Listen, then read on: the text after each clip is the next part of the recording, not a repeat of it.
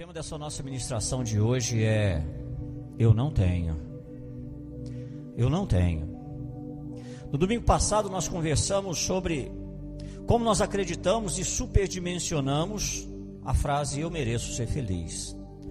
Domingo passado conversamos muito sobre isso, sobre como esse pensamento de que eu mereço ser feliz tem nos trazido mais infelicidade, mais tristeza, mais frustrações, mais decepções. Falamos também como nós precisamos meditar na palavra de Deus para conhecer a verdade que nos liberta, para conhecer realmente aquilo que Deus fala para a nossa vida, porque assim como a mentira tem o poder de dirigir nossa vida, nossas ações, nossas atitudes, nossos pensamentos, nossos conceitos, a verdade também tem o poder de nos libertar para viver a plenitude da vida que Deus preparou para que nós pudéssemos viver. Você não pode continuar dirigindo a sua vida pelas mentiras que o mundo, que o sistema diz para você que são verdades. Você não pode continuar dirigindo a sua vida por conceitos, por ideias, por filosofias, que o inimigo quer que você acredite como se verdade elas fossem, ou como se verdade eles fossem. Porque isso tem prejudicado a sua vida. Isso tem prejudicado os seus sonhos, sua carreira, sua caminhada, suas metas. E tem te dado muito mais razões para viver todos os dias frustrado, decepcionado com você, com a vida e com todos. Veja um exemplo simples de como nós aceitamos mitos e mentiras e acabamos incorporando isso na nossa vida, muitas vezes sem saber de onde veio, como começou, quem iniciou. Por exemplo, todos já ouviram essa história de que a gente quer obrigar as crianças a aprender a comer cenoura. E a gente diz, não, você tem que comer cenoura, cenoura faz bem para a vista. Não, você tem que comer cenoura, porque você já viu o coelho de óculos? Não, nunca vi, então você tem que comer cenoura. É lógico que a cenoura tem vitamina A, tem beta-caroteno, a cenoura ela faz muito bem na questão da fixação da retina e tudo mais, ajuda muito nessa questão.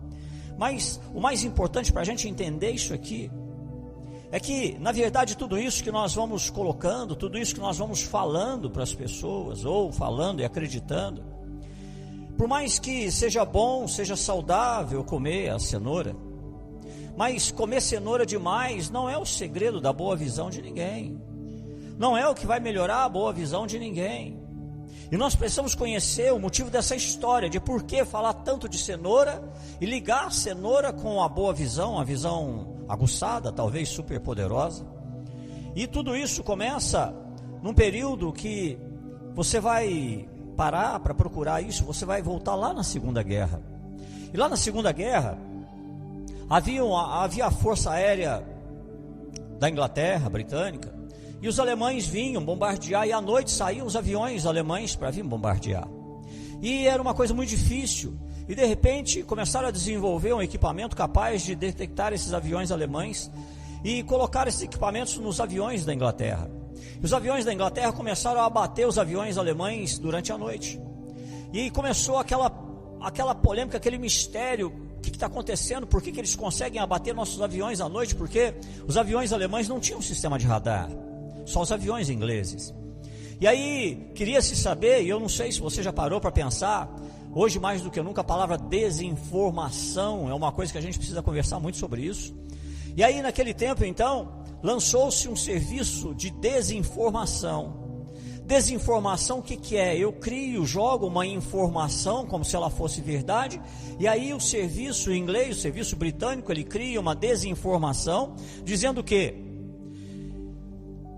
os pilotos britânicos tinham tanto sucesso em abater os aviões alemães porque eles comiam muita cenoura.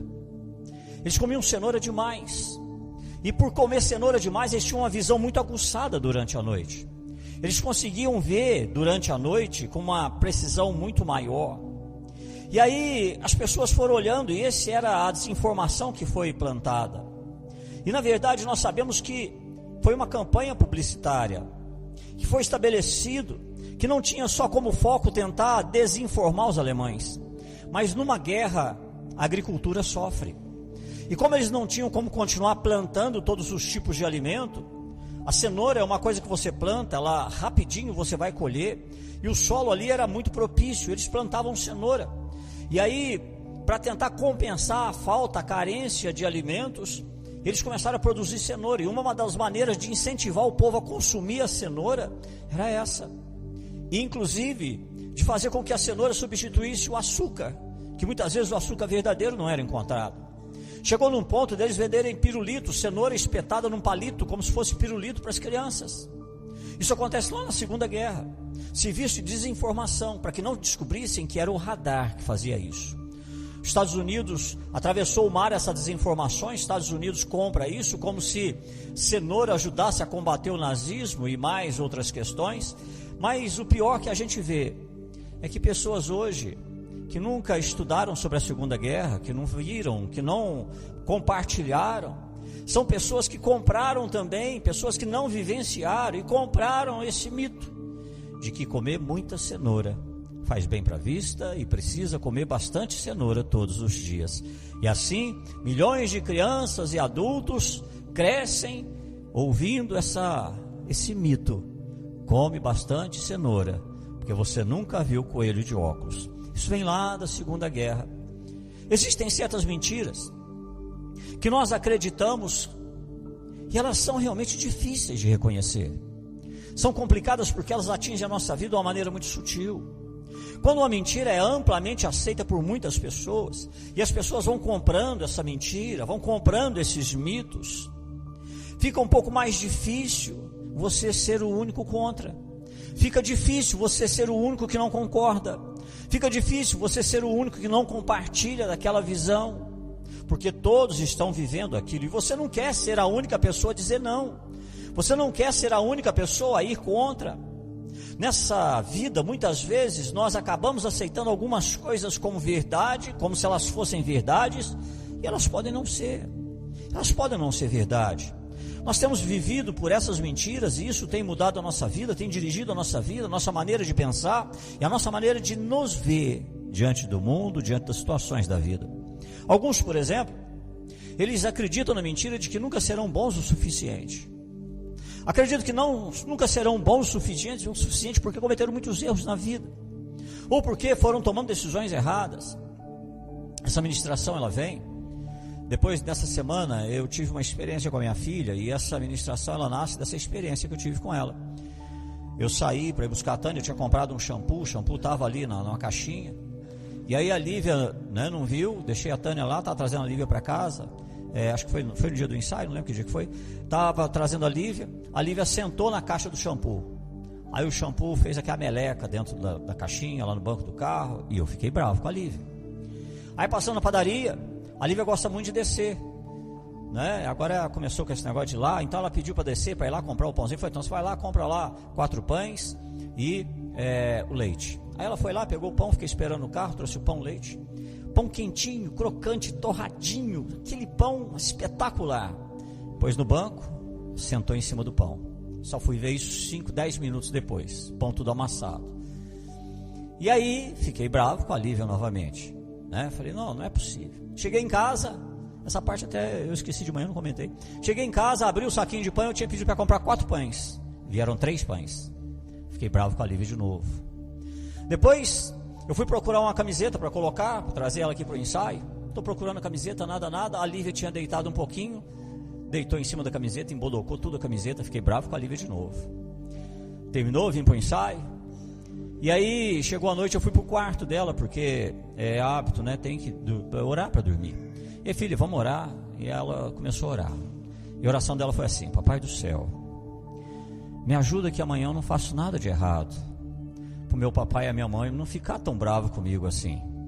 E essa pregação, ela vem exatamente por causa disso, porque a gente não percebe como às vezes a gente vai inculcando ou fazendo a pessoa acreditar que ela é estabanada, que ela não tem jeito, que ela não sabe nada, ou que ela só comete erros. E o sentimento que eu tive do coração da minha filha foi esse: que o papai e a mamãe pensam que eu só erro, que eu só faço coisas erradas. E alguns acreditam que por terem cometido tantos erros na vida, nunca serão bons, nunca terão o suficiente. Outros acreditam que as coisas nunca vão mudar, que elas nunca vão melhorar, nunca vão mudar. Outros acreditam que Deus realmente não se importa com elas. Outros acreditam que ninguém se importa com elas, que é problema delas, o que elas vivem, o que elas têm que fazer ou não têm que fazer. Outros acreditam que nunca vão conseguir concluir nada na vida, terminar nada na vida. Acreditam que não vão conseguir perseverar e ir até o final de algumas coisas na sua vida. Outros acreditam que nunca serão capazes de romper, de cortar, de parar com algumas coisas que sabem que estão prejudicando as suas vidas. Já tentaram, sabem que devem parar, mas de repente, toda vez eu falava isso com uma pessoa, eu falei, olha, o processo nosso é esse. A gente cai, a gente tem a dor na consciência, vem os remorsos, a gente jura que nunca mais vai fazer, passa às vezes uma semana, 2, 3, a gente cai outra vez, porque é a luta. E aí algumas pessoas já começam, às vezes me procuram para dizer, pastor, eu nunca vou conseguir, eu não vou conseguir me libertar disso, eu não vou conseguir parar de fazer isso. Coisas que vão prejudicando as suas vidas, e aí elas vão acreditando nessa mentira, e essa mentira de que elas não têm condições, de que elas não têm poder, de que elas não têm capacidade de superar ou de vencer, está dando a essas pessoas, ou a essa mentira, um tremendo poder sobre a vida dessas pessoas, como se isso fosse verdade, como se a história dessas pessoas fosse essa. Você não nasceu para vencer, você não tem condições de vencer. Todo mundo tem, você não. A Bíblia diz que nós temos um inimigo e ele veio para roubar, matar e destruir. E uma das principais estratégias desse nosso inimigo é fazer você viver guiado por uma mentira, como se você acreditasse que ela fosse verdade. Porque ele sabe que se nós comprarmos essa mentira terá muito poder de dirigir a nossa vida, de direcionar a nossa vida, nossos pensamentos, a nossa visão da vida e de nós mesmos. Todos nós conhecemos o termo virar a página. Às vezes a gente fala assim, olha, você precisa virar essa página da sua vida, você precisa virar essa página da sua vida, você precisa virar essa página da sua vida. Quando a gente fala, olha, você precisa virar essa página da sua vida, nós estamos dizendo o quê? Nós estamos dizendo que existe um momento na história da sua vida que você tem que tomar uma decisão em que as coisas precisam ser diferentes de como elas vinham sendo até aqui. Isso é virar a página. Alguns vão chamar de ponto de inflexão. É aquele ponto que eu olho para a minha vida e falo assim, não dá, eu preciso virar essa página, não dá para continuar assim, as coisas têm que mudar, não podem ser assim. E aí em algum momento, você começa a entender que é necessário mudar a página, virar o roteiro, escrever, ler outro script para a tua vida. E você precisa começar a contar a você mesmo uma nova história para a sua vida. Você precisa começar a contar para você uma nova história, uma história diferente. Você precisa começar a dizer para você que você precisa de uma nova maneira de ver e de lidar com a sua vida e com as coisas que acontecem na sua vida. Sempre que eu lido com casais que estão passando por algumas lutas, eu vejo que a maior questão na vida desses casais é que eles foram contando para si mesmos por anos e anos a mesma história. Eles foram contando por anos e anos e começaram a acreditar naquela história que eles vinham contando. É o mesmo roteiro ano após ano. Ano após ano, é a esposa que diz assim, pastor, meu marido nunca me fará feliz. Ano após ano, é o marido que fala, pastor, a minha esposa nunca vai me satisfazer. Ano após ano, nós vamos lidando com pessoas que vão dizendo para elas mesmas, casei com a pessoa errada, fiz a coisa errada, casei muito cedo, deveria ter esperado um pouco mais. E essas pessoas, elas vão dizendo isso para elas, elas vão colocando isso para elas, e não é surpresa que elas acabem acreditando nessa história que estão contando para elas mesmas por muitos anos. E elas vão acreditando nisso, casei com a pessoa errada, minha esposa não vai me satisfazer nunca, meu marido jamais vai me fazer feliz. Por quê? Porque eu estou contando essa história para mim por anos e anos, e eu vou acreditando nessa história. Uma das mentiras favoritas que o inimigo coloca no script que homens e mulheres leem todos os dias é: você não tem o que é preciso para ser um vencedor. Você não tem o que é preciso, você não tem a fé, você não tem o que é preciso, você não tem energia, você não tem paciência, você não tem autocontrole, você não tem perseverança, você não tem sabedoria. E ele vai colocando isso todos os dias. E ele vai dizendo, você não tem o que é preciso para virar essa página da sua vida. E a gente começa a acreditar nisso. Eu quero, mas não consigo. Eu quero, mas não sei como fazer. Eu quero, eu queria tanto que de repente, e algumas pessoas falam assim, pastor, eu queria ser mais forte, pastor, eu queria ser mais determinado, pastor, eu queria ser mais perseverante, pastor, eu queria ser uma pessoa de mais opinião. E o inimigo deixa no script todos os dias para você ler coisas como: você não sabe o que está fazendo.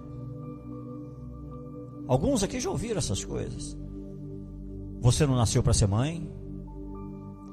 Você não tem paciência com criança. Você não sabe lidar com filhos. Outros às vezes ouvem: você não está vendo que nem teus filhos gostam de você. Você não está vendo que nem teus filhos amam você. Ninguém gosta de você. Só te toleram. Só te toleram. Outros dizem: você não serve de exemplo para nada. Você não serve de exemplo para ninguém. E aí, todas as vezes que um filho da gente comete um erro, porque isso dói, irmão. Toda vez que esse filho da gente comete um erro, o inimigo vem, se inclina e sussurra no nosso ouvido: é culpa sua. Isso é culpa sua. É culpa sua porque você não investiu tempo, você não dedicou, você estava muito preocupado com você. Olha, você tinha que ter corrigido, não corrigiu naquela época. Ou então, olha, é culpa sua. Você nunca vai ser tão criativo, você nunca vai ser tão divertido, você nunca vai ser tão espiritual. O inimigo te entrega um roteiro que diz para você todos os dias que você não tem valor, que você não é capaz, que você não é qualificado, que você não é competente e que você não faz diferença nenhuma. E ele diz para você ler isso todos os dias. E todos os dias se encarrega de te lembrar disso. Seja por alguém que fala, seja no momento de briga, discussão, seja no momento às vezes de sinceridade, seja numa fofoca que ele faz chegar no seu ouvido. Porque pode ter certeza, irmão, pode ter certeza. O diabo planta, depois ele envia um vento para que tudo chegue no seu ouvido. E aí chega no seu ouvido que o fulano falou, o Beltrano falou, o ciclano falou, tua tia falou, tua irmã falou. Quem tem família grande então sabe como é que isso funciona. E é direto isso chegando. E aí as coisas chegam, você fala: meu Deus. E aí você começa a se abater, você começa a ficar decepcionado, porque você ouve coisas que você nunca pensou que era isso que pensavam de você, ou que achavam de você. E a gente começa a lidar com isso. E quando a gente vai lá para as escrituras, lá em Gênesis capítulo 3, versículo 1, logo lá no início, essa historinha de Eva quase todo mundo conhece. A Bíblia diz assim: ora, a serpente era o mais astuto de todos os animais selvagens que o Senhor Deus tinha feito. E ela perguntou à mulher: foi isso mesmo que Deus disse? Não comam de nenhum fruto das árvores do jardim? Olha como é que o inimigo é astuto, irmão. É isso que o inimigo faz. Ele tenta fazer você questionar a vontade de Deus para a sua vida. Ele tenta fazer você questionar o plano de Deus para a sua vida, a palavra de Deus, porque se ele conseguir fazer você questionar a palavra, a vontade e o propósito de Deus para você, aí ele sabe que vai existir um vazio, ele vai vir para tentar preencher esse vazio com outra coisa. Ele sabia que não foi isso que Deus falou. Deus não tinha falado para Eva: não come de nenhuma árvore. Deus não tinha falado isso. Ele sabia perfeitamente que Deus já havia ordenado só de uma árvore Eva não deveria comer. E ele sabia disso. Algumas pessoas perguntam: pastor, mas por que ela não estranhou a serpente falando? E eu falava sobre algumas questões. Descobertas científicas hoje já confirmaram que provavelmente a serpente não rastejava muito, bilhões de anos atrás. A serpente andava, ela caminhava. A comunicação entre homens e animais antes do pecado era uma coisa bem diferente. Hoje homens e animais ainda se comunicam, mas de uma maneira mais rústica depois do pecado. Mas antes do pecado, e eu falava: talvez seja por isso que ela não estranhou quando uma serpente chegou conversando com ela, porque havia uma forma de comunicação. E aí o inimigo vai distorcendo a palavra de Deus, e ele quer que você também pense assim. Por exemplo: eu não concordo com isso aqui que está escrito, eu não concordo com isso aqui que está na Bíblia, isso aqui não serve, isso aqui não dá. Isso é o inimigo dizendo para você: isso aí é para impedir você de ser feliz. Isso aí é porque Deus não quer que você seja feliz, então não é assim. E aí essa conversa ela vai indo, e Eva então responde, ainda no capítulo 3, versículos 2 e 3, Eva responde. Respondeu a mulher à serpente: podemos comer do fruto das árvores do jardim, mas Deus disse: não comam do fruto da árvore que está no meio do jardim, nem toquem nele, do contrário vocês morrerão. E aí Satanás então pega o que Deus disse e inverte o que Deus disse, está nos versículos 4 e 5. Disse a serpente à mulher: certamente não morrerão. Deus sabe que no dia que dele comerem, seus olhos se abrirão e vocês não serão como Deus. E vocês serão como Deus, conhecedores do bem e do mal. Eu fiz uma pregação há algum tempo atrás e eu falava que nem tudo que o diabo fala da nossa vida é mentira. Às vezes ele usa algumas verdades que a gente sabe que são verdades, só que ele não usa para aperfeiçoar, para edificar, ele usa para destruir. E aqui o diabo também fala algumas meias verdades. Há um pouco de verdade nessa fala? Sim. Há um pouco de verdade em tudo isso? Porque a vontade de Deus é que o ser humano nunca precisasse experimentar o mal ou o bem.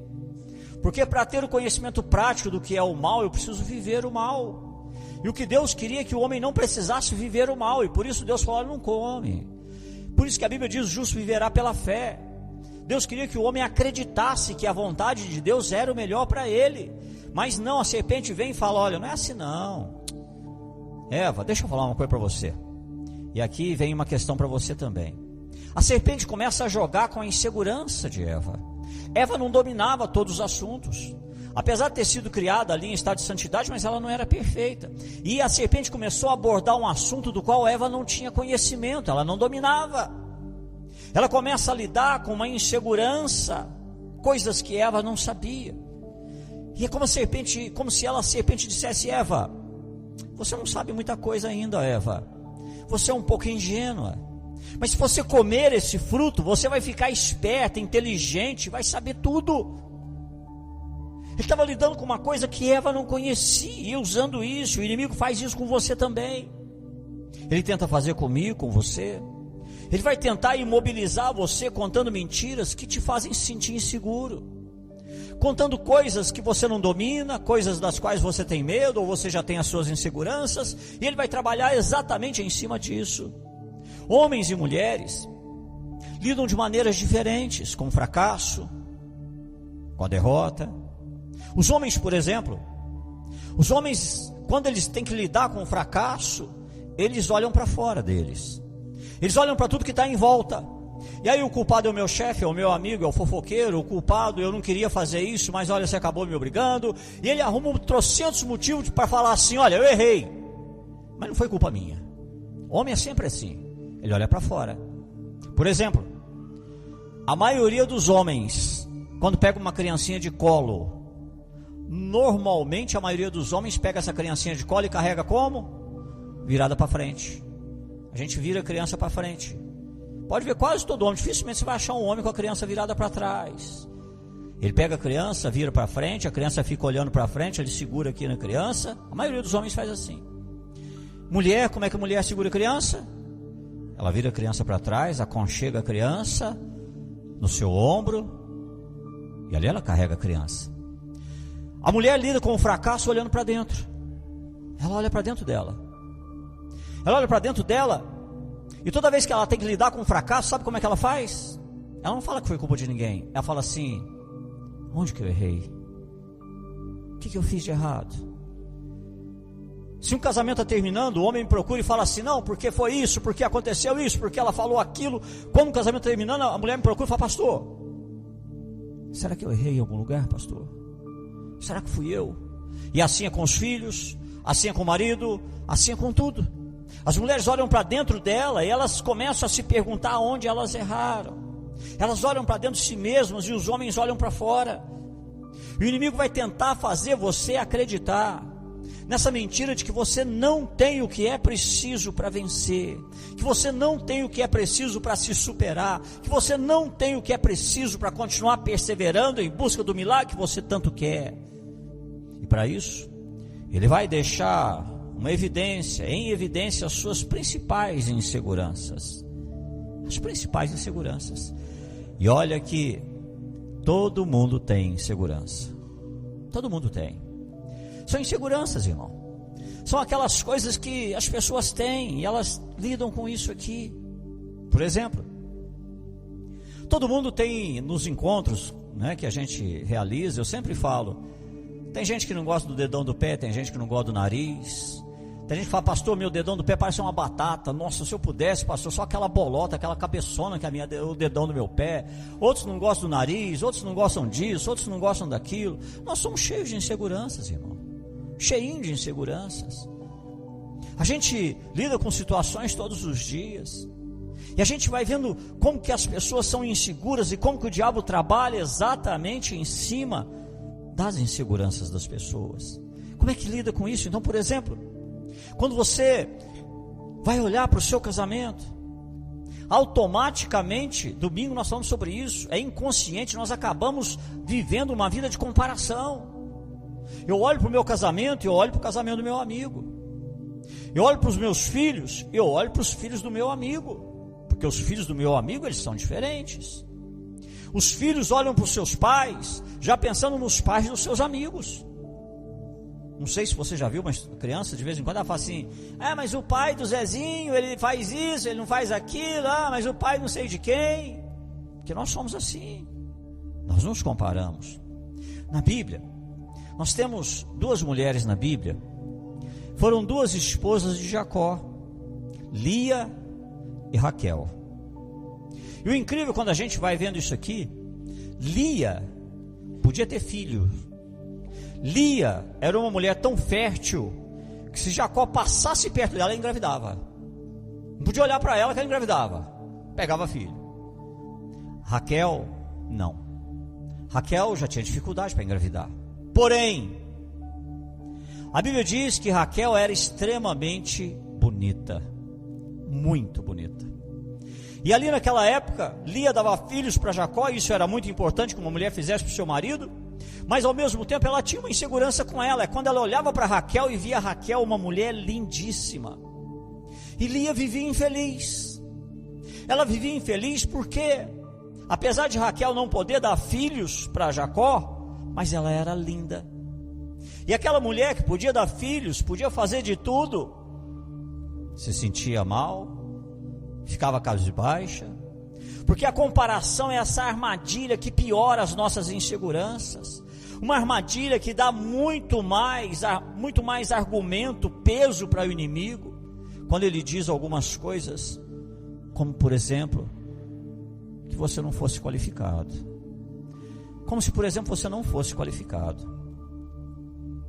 Às vezes eu falo algumas coisas aqui, já falei com uns aqui, e a gente nota tanta insegurança nas pessoas. Não vou fazer propaganda não, porque isso aí é para as redes sociais.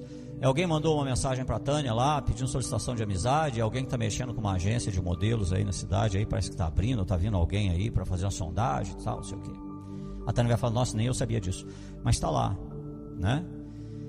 Dá uma olhada aí no aniversariante do mês aí no seu boletim. Olha aí, quem é aniversariante do mês no seu boletim? Olha o aniversariante da semana aí.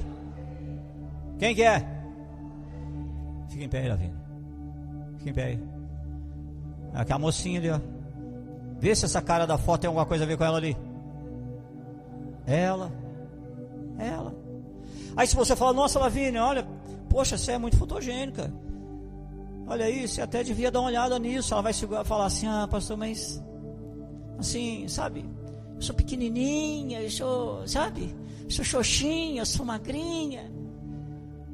Irmão, nós somos inseguros. De repente uma agência modelo vai falar: só quero teu rosto. Só quero teu rosto, você vai ganhar muito dinheiro com teu rosto. Mas aí vem a insegurança. E nós somos assim, irmão. Nós somos assim. Todos nós temos enormes inseguranças, e mais nos dias de hoje. Sejam elas quais forem essas inseguranças que nós temos, sejam físicas, emocionais, financeiras, psicológicas, a lista das inseguranças das pessoas hoje é enorme. Enorme. As pessoas hoje estão mais expostas, mais vulneráveis. As pessoas hoje, elas estão mais críticas. As pessoas hoje estão mais comparadoras. Porque hoje nós vivemos a nossa vida pensando em dar satisfação para quem a gente conhece e para quem a gente não conhece. Você faz uma postagem de repente lá na sua rede social, e aí um amigo seu compartilha aquela tua postagem com alguém, e aí você acaba percebendo que você está vivendo para você, para quem você conhece e para quem você não conhece. E a gente hoje vai vivendo essa vida dessa maneira. E aí as pessoas vão tentando viver de uma forma a tentar demonstrar que não tem problemas, que não tem lutas, que tem o controle sobre todas as coisas. Tentamos viver aquilo que nós achamos que deve ser a nossa vida. Mas hoje Deus te trouxe aqui para dizer para você: você precisa começar a contar uma história diferente para você sobre a sua vida. Você precisa começar a contar uma história diferente para você sobre a sua vida. Nós que somos cristãos, você que é cristão, você que está aqui é cristão, Sabe a maior dificuldade que a gente tem, irmão? A maior dificuldade que a gente tem é porque quando o mundo olha para a igreja, quando o mundo olha para mim, para você que fazemos parte da igreja, na cabeça das pessoas, cristão tem que estar sempre feliz, tem que estar sempre de bem com a vida. O cristão tem que ser alguém que tem muita fé, tem que ser alguém que está sempre com um sorriso no rosto, tem que ser alguém que acredita que o milagre sempre vai acontecer. Mas eu e você que estamos na igreja sabemos que não é assim. A gente sabe que não é assim, irmão. Sabe por quê? Eu gosto muito de dizer que a igreja na verdade é um hospital. É um hospital que recebe os seus doentes, doentes que às vezes sabem as doenças que têm, doentes que muitas vezes não sabem as doenças que têm, vão descobrir depois que chegam. E aí sabe qual que é? É quando eu chego e eu olho para um doente e falo assim: eu estou cuidando de você, mas antes que você esteja totalmente curado, eu preciso que você também cuide de outro doente. E a igreja tem esse mistério que são doentes cuidando de doentes. São pessoas que às vezes estão com um problema enorme na vida e que vão dar um abraço em quem está com problema e com luta. Olha, vou falar para você, às vezes tem alguém que está te dando um abraço que você nem sabe o que aquela pessoa está passando naquele dia. É um cristão, está aqui. Mas a igreja, eu acho que o que me atrai, o que me emociona, e eu não posso falar sobre a igreja que eu começo a chorar, é porque eu vejo pessoas que estão enfermas, doentes, e de alguma maneira tentando se levantar e arrastar para abraçar alguém que está doente, para tentar cuidar de alguém que também está enfermo. É isso, irmão. E o inimigo dizendo para você que você tem uma habilidade especial de estragar tudo na tua vida. Sabe, às vezes a gente acredita que tudo que a gente põe a mão dá errado. A gente às vezes vai passando por tantos fracassos na vida. Eu converso com pessoas e falo: pastor, eu tenho dedo podre para isso. Pastor, eu tenho dedo podre para aquilo, né? E não é questão de dedo podre não, irmão. É que a gente já foi pondo na nossa cabeça que tudo que a gente faz um dia vai dar errado. Nós colocamos na nossa cabeça que nós não temos direito de ser felizes. Nós colocamos na nossa cabeça que não vai. Que tudo que eu ponho a mão vai estragar, eu só erro. Eu não tenho o que é preciso. E aí você começa a comprar essa mentira. E você vai vivendo essa mentira. Você vai acreditando que ela é verdade. E aí você vai se frustrando. Você vai se decepcionando. Porque você queria que tudo fosse bom. Você queria que fosse perfeito. Você quer ser feliz. Você quer fazer pessoas felizes. Mas parece que cada dia que passa isso é inatingível. Parece que cada dia que passa você fala: meu Deus, começou a dar briga de novo. Começou a dar problema de novo. Começou a dar confusão de novo. E aí você e as pessoas que estão ao teu redor começam a pagar o preço. E aí você começa a se culpar por não ser perfeito. Você começa a se culpar por não conseguir ser do jeito que o outro queria que você fosse. Por não ter as qualidades que de repente as pessoas acham que você deveria ter. E isso vai fazer você perder tua autoestima, vai fazer você perder teu amor próprio. Talvez você seja uma das pessoas que está nesse momento, por causa disso, pensando em desistir. Desistir talvez dos seus planos, desistir talvez dos seus sonhos, desistir da sua perseverança, desistir do seu casamento, desistir talvez de todos os projetos que você havia feito para a sua vida, porque você acreditou que não é para você, que não dá conta, que não tem estrutura. Por último, você acaba desistindo de você mesmo. Quando você desiste dos teus sonhos, você desiste de você mesmo. O nosso grande problema talvez seja esse. O inimigo sabe que se ele conseguir levar você a viver sobre essa mentira, de que você não é qualificado, você não tem as qualificações, você não tem as qualidades, você não tem os talentos, você não tem o dom, você não tem a fé. Se ele conseguir vender essa mentira para você, ele vai colocar uma quantidade tão incrível de pressão sobre a tua vida, e você vai sofrer. As pessoas que você ama irão sofrer, e as pessoas que te amam. Eu vou dar um recado aqui para você. Existem pessoas que você nem sequer sonha que te amam o tanto que elas te amam. Existem pessoas que realmente gostam de você, e talvez você nem saiba disso. O diabo está todos os dias apontando somente as suas dificuldades, as suas falhas, suas imperfeições, seus defeitos, suas deficiências. E muitas vezes é verdade, irmão. Muitas vezes é verdade. Muitas vezes nós temos aqueles erros sim. Muitas vezes nós cometemos aquelas falhas, sim. Muitas vezes nós descobrimos que realmente temos defeitos, temos deficiências, mas o inimigo, ele também trabalha de uma maneira que você enxergue só meia verdade. A meia verdade é: eu tenho defeitos. A meia verdade é: eu tenho deficiências. A meia verdade é: eu não sou perfeito. Mas a verdade completa, que ele não quer que você enxergue por completo, porque toda a verdade está em Jesus, e em Jesus você tem tudo que você precisa para viver o que ele chamou você para viver. Ele não quer que você, por exemplo, ele não quer permitir que o Espírito Santo traga na tua mente, por exemplo, o que Paulo escreve na sua carta aos Filipenses, capítulo 4, versículo 13, quando Paulo diz assim: tudo posso naquele que me fortalece. Tudo posso naquele que me fortalece. Essa é a verdade que liberta. É você saber que em Jesus e com Jesus você pode fazer todas as coisas. Você pode alcançar todas as coisas. Inclusive, você pode virar essa página da tua vida. Inclusive, você pode virar esse script da tua vida. Inclusive, você pode receber um novo roteiro para a sua vida. E da próxima vez que o inimigo tentar fazer você acreditar que você não tem o que é preciso,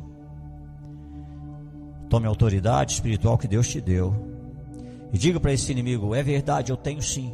Eu tenho um monte de falhas, eu tenho um monte de defeitos. Eu sou fraco, sou imperfeito, mas eu posso todas as coisas naquele que me fortalece. Eu posso todas as coisas naquele que me capacita, naquele que me enche de força interior, que não é minha, mas é do meu Pai que está nos céus. Que você possa todos os dias combater as mentiras com a verdade de Deus sobre a sua vida. Se tem alguém que conhece você, esse alguém se chama Jesus Cristo. Ele conhece você de uma maneira como ninguém conhece. Ele não olha a tua aparência, ele não olha as tuas falhas, ele não olha o teu defeito, ele olha o seu coração. Ele enxerga o teu coração, ele sabe as tuas intenções, teus propósitos, suas vontades. Ele conhece todas as suas lutas, suas inseguranças, e ele te ama muito mais do que você possa imaginar. Permita que ele livre você dessa pressão, tire essa pressão de sobre você, porque olha, você não tem que ser perfeito nessa vida, irmão. Quem te disse que você tem que ser perfeito? Você não tem que ser perfeito. Você não tem que dar conta de tudo. Não. Se você hoje está sentindo que não tem forças mais, que as forças estão acabando, Deus quer ser a tua força. Se você sentir que está desanimado, que está abatido, esse momento tão difícil da sua vida, talvez você fale: eu nem sei se eu quero batalhar, se eu quero lutar mais. Se você não estiver tendo forças para andar, Ele carrega você no colo se for preciso. Nesse momento da tua vida, em que talvez você se sinta culpado por algo que você fez, Deus tem me incomodado alguns cultos aqui, sobre algumas coisas que pessoas fizeram algum tempo atrás. Se você anda incomodado com algumas coisas que você fez, que são sérias, que você olha para trás e fala: não, eu errei demais. Hoje Deus está dizendo para você que Ele tem uma provisão sobrenatural de graça para você, e que não há mais condenação sobre a tua vida, que é hora de olhar para frente, olhar a estrada que está diante de você e caminhar na história que Ele preparou para você. Se nesse momento da sua vida você se sente perdido, sem rumo, sem direção, Ele é a luz que quer guiar você. Ele é aquele que quer orientar você. Ele é aquele que quer te dar sabedoria na tomada de decisões. É aquele, se for necessário, Ele quer falar com você, seja através da palavra, de sonhos, seja através de um louvor, de uma música que você ouve, seja através de um adesivo que você vê pregado num carro. Ele quer falar com você. Ele quer dar direção para você. Talvez, se nesse momento da sua vida você esteja se sentindo extremamente sobrecarregado, tenso, estressado, hoje Ele quer te dar a paz que excede a todo entendimento. Jesus quer que você tenha um novo script para a tua vida. Ele quer que agora você comece a contar uma nova história de você para você mesmo. Porque agora, maior é aquele que está em você do que aquele que está no mundo. E Ele quer que você tome posse disso na sua vida. Você que está se sentindo pequeno, incapaz, talvez você esteja muito frustrado, muito magoado. Talvez agora as tuas inseguranças estão impedindo você de olhar para frente e saber que com Deus não existe derrota. Com Deus nós aprendemos a maneira de não fazer e iniciamos uma nova jornada fazendo tudo de um jeito diferente. Vamos nos colocar de pé, nós vamos orar.